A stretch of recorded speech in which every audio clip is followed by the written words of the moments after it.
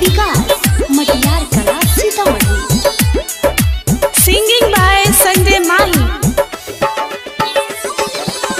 साजे से हटल बारू कुछ देर ले सटल बारू,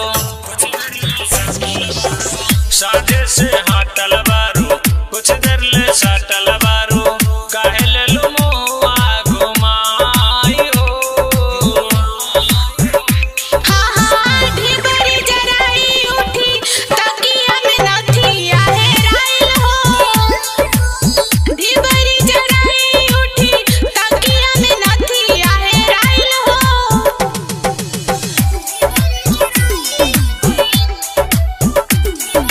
डीजे विकास मटियार कला सीतामढ़ी।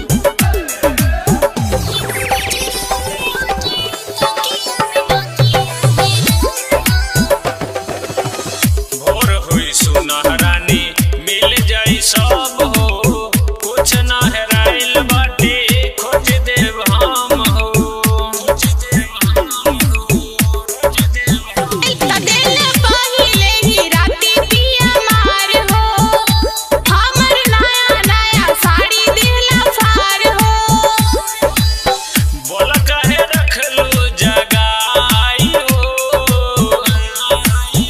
हाँ हाँ ढिबरी जराई उठी तकिया में नथिया हेराइल हो। ढिबरी जराई उठी तकिया में नथिया हेराइल हो।